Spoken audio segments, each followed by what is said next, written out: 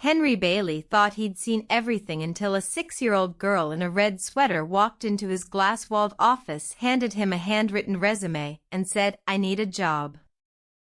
Henry Bailey's morning began like most of his others, early, efficient, and structured to the minute his luxury sedan pulled into the underground garage of the glass and steel tower he owned, and by 8 a.m. he was already in his office on the top floor reviewing quarterly projections. His suit was crisp, his tie flawless, and his espresso untouched as he scanned emails with the practiced intensity of a man who had long ago stopped noticing how much power he held. His schedule was packed with meetings, calls, and presentations, and he had no intention of deviating from it, at least not until his assistant, visibly pale and hesitant, knocked and opened the door without waiting for a reply. "Sir, there's someone here to see you." "It's a little girl," she said, awkwardly holding a small sheet of paper in her hand, as if unsure whether to laugh or panic. Henry looked up confused. "A child," he repeated flatly, expecting some kind of misunderstanding. Before he could finish his thought, the office door opened wider, and in walked the most unexpected visitor of his career. She couldn't have been older than 6. Her light brown hair was slightly tangled, her brown eyes large and calm. She wore a red sweater, a denim skirt, and scuffed sneakers. A small worn backpack rested on her shoulders, and in her hands she held a single piece of paper. Without waiting for anyone to speak, she walked up to his desk, stood on tiptoes to reach it, and placed the paper down. Then she looked up and said as clearly and directly as if this were the most normal thing in the world, "I need a job." Henry didn't respond immediately. He wasn't even sure how to. The room was silent except for the hum of the city outside. The floor-to-ceiling windows. Slowly he picked up the paper. It was a child's attempt at a resume written in large uneven letters. It said, "I can clean, I'm quiet, I don't cry in front of people, I can help, I can learn." There were stars drawn in the corners and a small shaky heart next to the line that read, "Please." He set the paper down, looked at her again, and knelt beside his chair. His voice softened as he asked, "Why are you here, sweetheart? You're a little girl, you don't need a job." She stared at him, not blinking, and answered with a calmness far beyond her ears, "My mom is dying," she said. No tears, no drama, just truth. The air in the room shifted. Henry, a man who had built empires and shut down competitors without flinching, felt his throat tighten. She said it like she'd said it many times before, like she had accepted it but refused to surrender to it. Her little hands were clenched into fists at her sides, and her voice didn't shake. "I have to help her," she added. "We don't have money. If I work, maybe she can stay alive." For a moment Henry Bailey, the man who thought he'd seen everything, couldn't breathe, not because he didn't know what to say, but because for the first time in years someone had walked into his office and reminded him what it meant to feel helpless. And yet this little girl wasn't helpless. She had walked in by herself. She had a mission, and she had come straight to the top. He stood slowly, the paper still in his hand, and said, "What's your name?" The girl answered without hesitation, Emma Miller." That was the moment his world began to change. He didn't know it yet, but nothing about his life, his company, his values, his definition of strength would ever be the same again. Henry stood in the center of his office holding Emma's handwritten resume, his mind spinning with questions and 1,000 conflicting thoughts. The girl stood there silently waiting, her eyes focused, her small frame completely still. There was no trace of fear or confusion in her posture, only determination. Henry had been pitched million-dollar ideas by industry leaders who couldn't command the room the way this 6-year-old just had. He sat down slowly in his chair, gesturing for her to sit across from him. She climbed into the oversized leather chair with effort, her feet not touching the ground, and folded her hands in her lap. He cleared his throat and leaned forward, keeping his tone calm. "Emma, do you know where you are?" She nodded without hesitation. "You're Mr. Bailey. You have lots of money. My mom said the people with money are the ones who can help when no one else does." Her answer was so matter-of-fact it left him briefly stunned. Henry glanced at his assistant, still frozen in the doorway, and signaled for her to give them privacy. The door clicked shut and the office fell into a silence broken only by the sound of traffic far below. Henry leaned forward again, this time more gently. "Can you tell me what happened to Your mom? Emma nodded. She's sick. She doesn't tell me everything, but I know it's her body. She used to be strong. She can't work anymore, and the hospital said it costs too much. Her voice was clear as if she'd rehearsed these words 100 times. We had to leave our apartment. Now we stay in one room and she sleeps most of the time. Sometimes I make cereal for dinner. He felt something hard clench in his chest. He had grown up poor, but not like this. He had never been 6 years old and knocking on a CEO's door asking for employment. Does she know you came here? He asked softly. No, Emma said. She would have said no, but I looked up your name from a newspaper. I know your building because it's big and shiny and people say you fix things fast, so I thought maybe you could fix this. Henry took a long breath and stood walking over to the window. The city sprawled beneath him, vast and indifferent, and he realized how many people moved through it every day, quietly hurting, unseen. He turned back toward the girl, who was now swinging her legs slightly, her gaze resting on the bookshelf behind his desk. You're very brave, Emma, he said. Most adults wouldn't have had the courage to do what you just did. She shrugged. It's not brave, it's just what you do when you love someone. Her words hit harder than she could have known. Henry's own past flickered through his mind, memories of walking away from people he'd cared about, chasing status, control, order, and here was this child standing in the rubble of her life, still choosing love before fear. He knelt again. I level with her, okay, he said quietly. Let's go see your mom. She blinked. Really?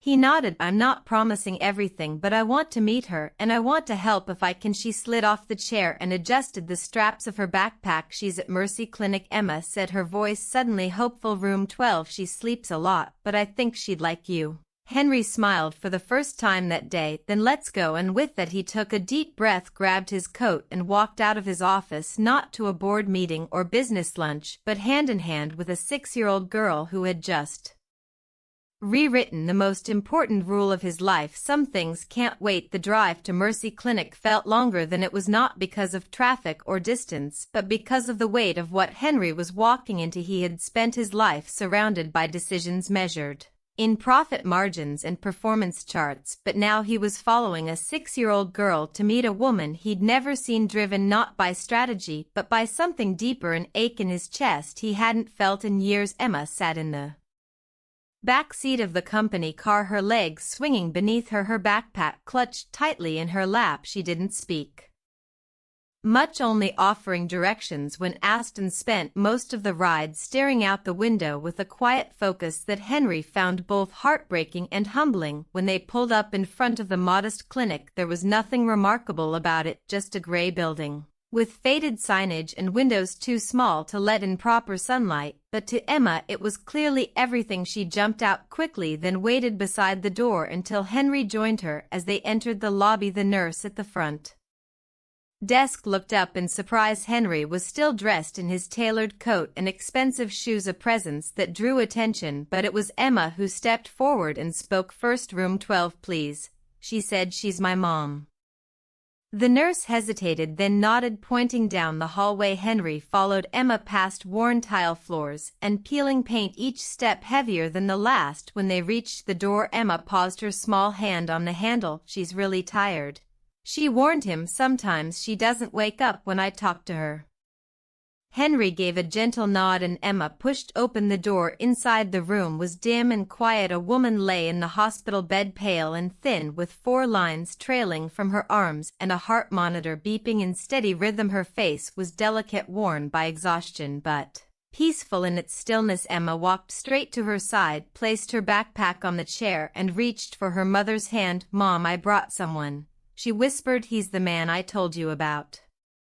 Henry stood at the foot of the bed, unsure how to move, unsure what to say. This woman, Sarah Miller, had clearly been through more than most people could handle. Her skin was almost translucent, her chest rising slowly as if every breath cost her effort. There was a strength in her even as she slept, something unspoken that lingered in the room. He stepped forward and gently placed the child's resume on the bedside table. I don't know if you can hear me, he said softly, but I met your daughter today, and I don't think I'll ever be the same again. Emma sat in the chair beside her mother and looked up at Henry. She used to work a lot. She was a nurse. She helped people, but when she got sick no one helped her. That's why I came to you. Henry knelt beside the bed, one hand resting on the edge of the blanket. You did the right thing, he said, his voice quiet but firm, and I'm going to help her now. The nurse entered a few minutes later to check vitals. She glanced at Henry, then at Emma, and seemed to sense this wasn't a typical visit. She whispered that Sarah had been holding steady for days but would need advanced treatment.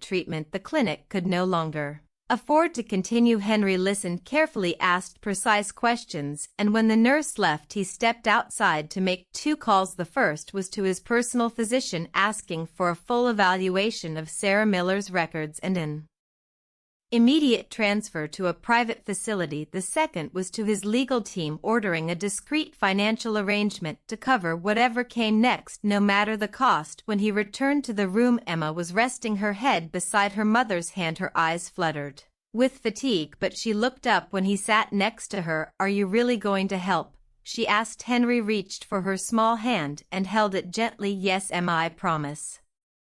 He didn't fully understand what had happened that day, how a little girl with a backpack and a piece of paper had shattered his routine and cracked open a part of him he thought was long buried. But as he sat in that quiet hospital room watching over a woman he didn't know and a child who had trusted him with everything, he knew this wasn't a detour. This was the beginning of something that would change his life forever. The following morning Henry arrived at the hospital just after sunrise. He had barely slept the night before, his mind consumed by thoughts of Sarah and Emma. The image of the little girl sitting beside her mother's hospital bed had stayed with him like a weight on his chest. It wasn't pity that haunted him, it was responsibility, a kind he hadn't known before, not the corporate kind that came with shareholders and deadlines, but a human kind, the kind that made you want to show up before anyone asked. When he stepped into the clinic, the nurses at the front desk greeted him with a mixture of surprise and reverence. He had already arranged for Sarah to be transferred that day to one of the private hospitals he funded through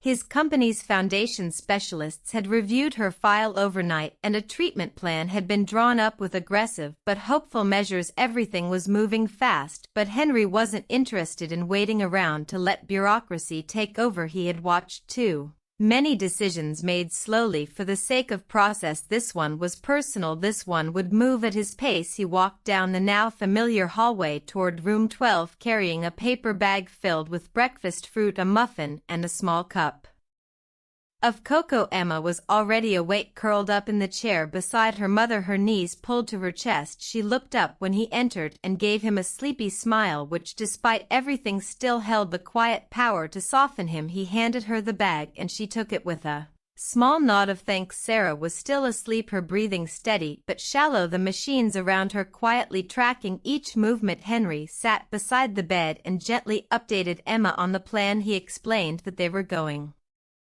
to move her mom to a better hospital where she could get stronger treatment. Emma didn't ask questions, she just listened, holding the warm cup of cocoa between her hands like it was something sacred. Will she wake up there?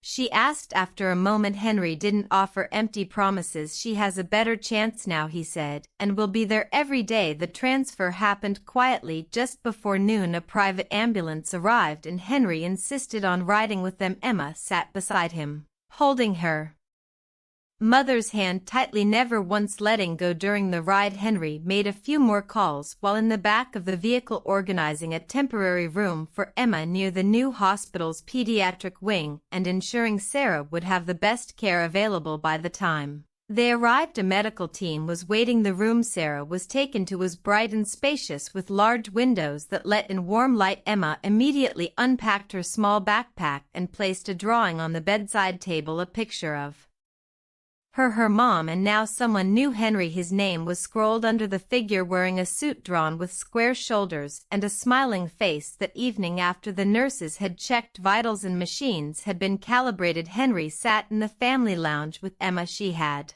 changed into a clean sweater. One of the nurses had found her hair freshly brushed and tied back. She looked younger again, less guarded, like the weight of survival had loosened just enough to let childhood breathe. Do you think she'll smile again? Emma asked, her voice quiet. Henry looked at her seriously. I do, he said, and I think the first time she smiles it'll be because of you.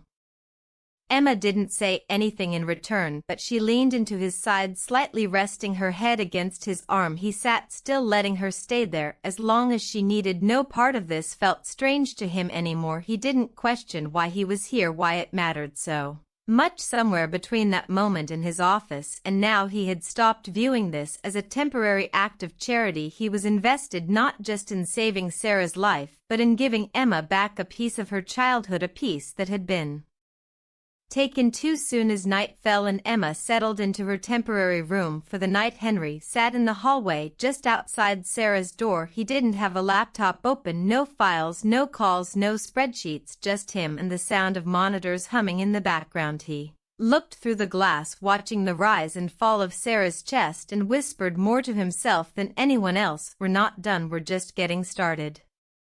The fifth day marked a quiet but undeniable shift in the atmosphere surrounding Henry, Emma, and Sarah. Everything was still fragile, uncertain, and full of waiting, but there was now a sense of movement, as if something dormant had been gently stirred awake. Henry arrived early at the private hospital, well before the staff began their daily rotations. He greeted the nurses by name, checked the latest medical reports, and made his way to the recovery wing where Sarah was being monitored around the clock.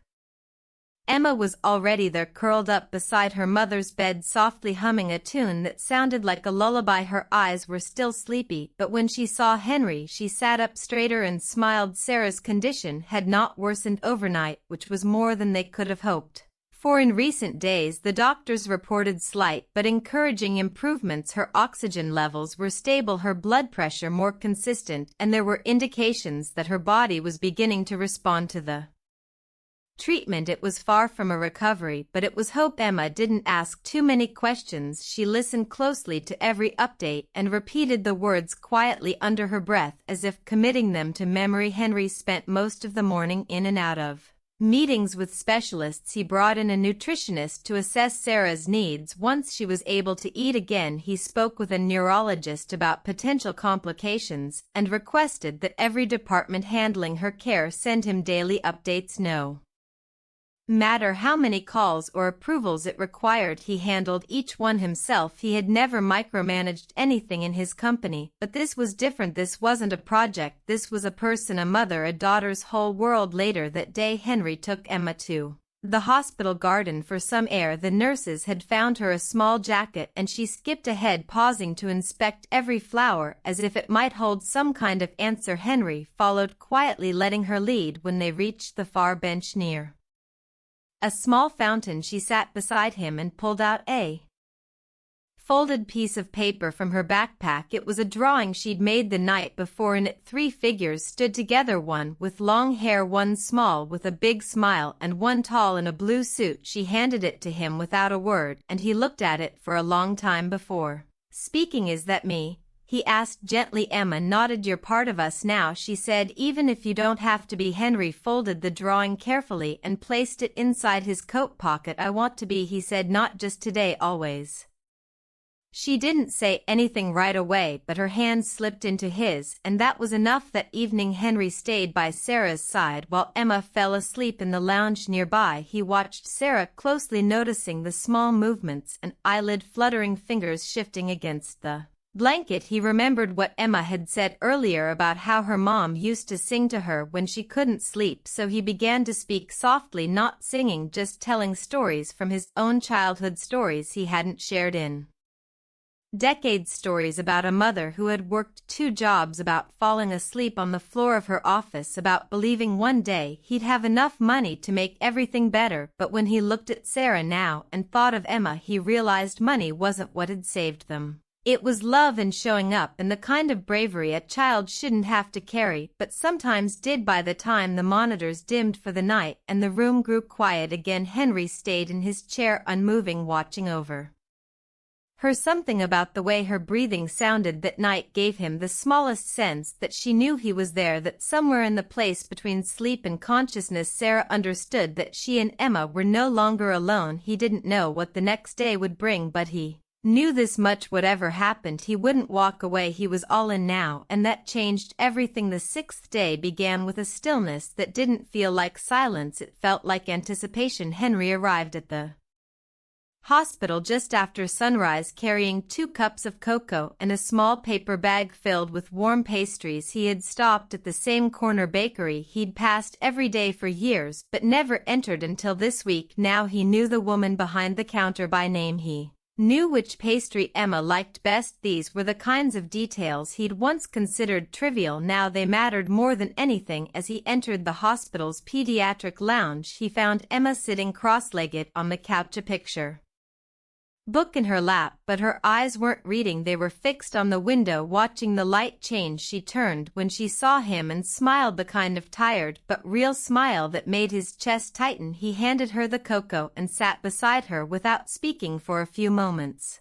They simply sat in the warmth of early morning, sipping quietly side by side like they'd done it 100 times. Today was different. The doctors had prepared him for the possibility that Sarah might wake up. Her vitals had continued to stabilize, and the neurologist reported promising brain activity. There were no guarantees, but hope was no longer just a fragile word whispered in passing. It was standing taller, now more real. Henry had arranged to work from the hospital that day. His team had adjusted, meetings were pushed, calls redirected, and he'd brought his laptop just in case, but the truth was he wasn't interested in spreadsheets. Every moment his attention drifted, his eyes returned to the hallway that led to Sarah's room. Around midday, Emma and Henry went to visit her. The nurses had added fresh flowers by the window and rearranged the machines to make the space feel less clinical, more peaceful. Emma walked to the side of the bed and took her mother's hand, just as she always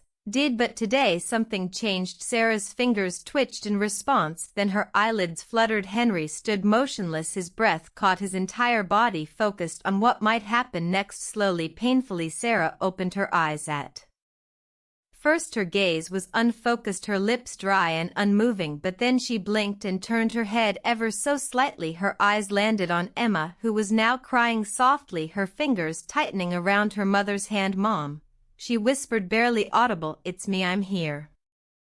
Sarah blinked again and in the weakest voice imaginable whispered back, "Emma."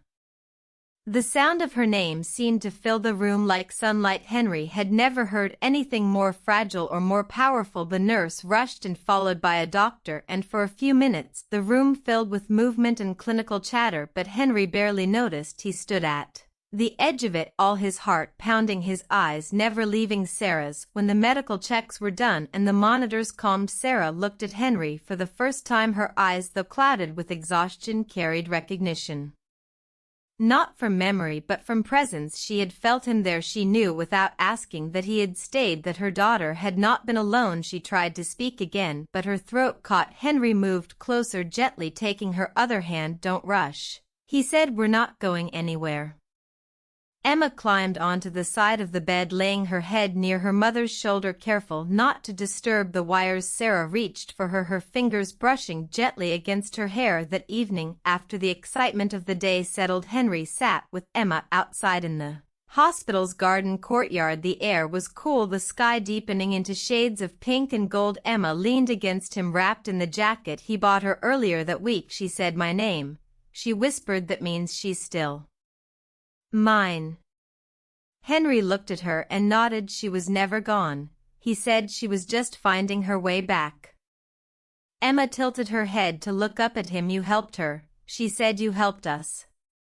Henry didn't respond right away. He looked out at the fading sky, realizing that this little girl had changed him more in 6 days than anything else had in his entire life. She hadn't asked for wealth or promises. She had asked for time, for presence, for someone to care when the world didn't. As the first stars began to show, Henry made a silent vow. No matter what happened next, he wouldn't step away. Not now, not ever. This wasn't just something he was doing for a few days out of kindness. This was his life now, and for the first time he was exactly where he was supposed to be. On the 7th day, everything felt lighter, not because the struggle was over, but because there was a visible beginning to something new. Sarah had spoken again that morning, a little stronger than the day before. Her voice was faint and raspy, but it carried emotion and recognition. She had asked for water, then for Emma, and then softly she had asked who the man beside her bed was. Emma had grinned and simply said, "That's Henry, he's helping us."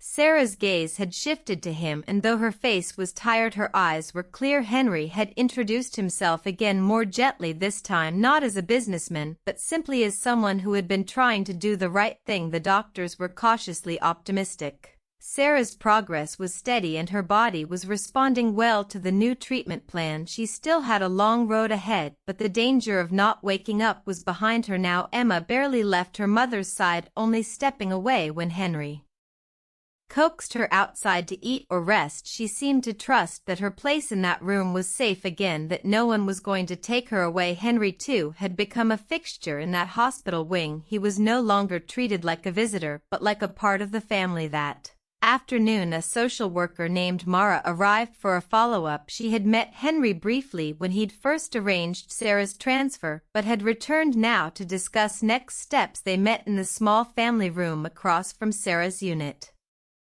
While Emma sat in a beanbag chair drawing a picture of her mother with flowers in her hair, Mara reviewed the documents and updates that Henry's legal team had already submitted. She looked impressed but remained thorough. "You've gone above and beyond," she said, flipping through the file. "Most people in your position offer a donation and walk away, but you've stayed. You've taken responsibility." Henry sat forward slightly. "Because it's not charity," he said, "it's family, even if it doesn't look the way people expect it to." Mara asked if he had considered becoming Emma's legal guardian should the need arise. Henry hesitated, not because he didn't want to, but because it hadn't been a strategic decision. It had happened without formality, quietly, day by day. In the way he sat beside her in waiting rooms, carried her drawings in his pocket, and learned how she liked her toast. "Yes," he said finally, "if it ever comes to that, I want to be there for her."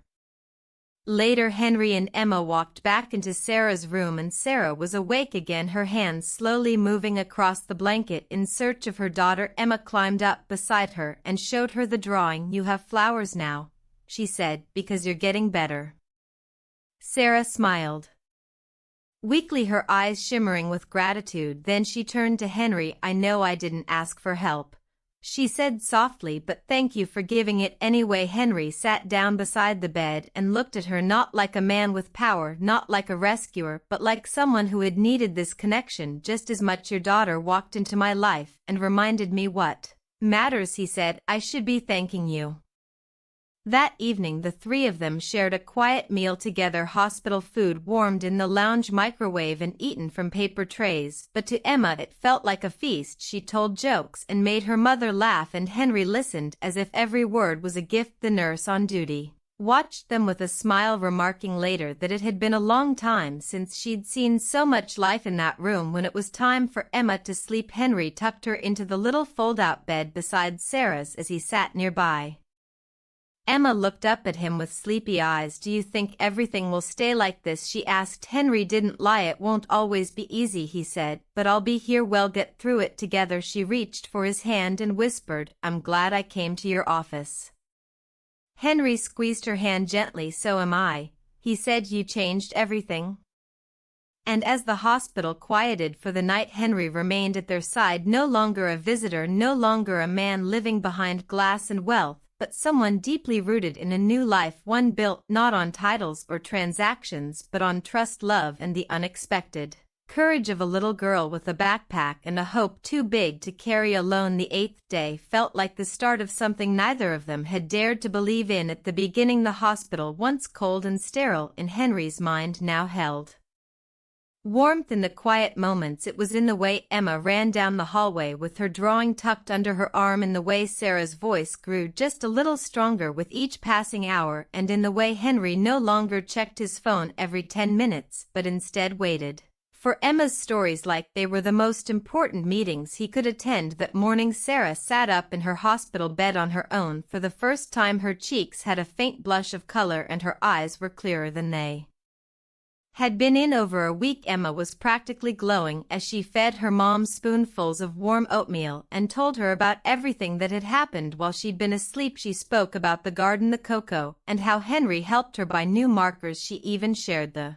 story of how she came into his office, how scared she had been, and how sure she had felt that he would listen. Sarah listened, tears slipping down her cheeks, not from pain or fear, but from the overwhelming realization that she hadn't lost everything. After all, Henry stepped outside to give them a moment alone and found himself lingering in the hallway, staring at a framed painting on the wall that he'd never noticed before. It was a watercolor of a tree, strong and full, but its roots spread unevenly beneath it, touching stones, cracks, and buried things. For the first time in a long while he understood the metaphor without forcing himself to. Things don't have to grow perfectly to be alive, they just need space, light, and time. Later that day he met with Sarah's lead physician and social worker. They informed him that Sarah would likely be moved to a recovery suite within a few days and could begin rehabilitation by the following week. There was hope now, not just for survival but for healing. Sarah would be able to walk again, to work again in time, but most importantly, she would be able to live after the meetings. Henry returned to the room to find Emma drawing a new picture. This one was of a house, a bright sun, and three figures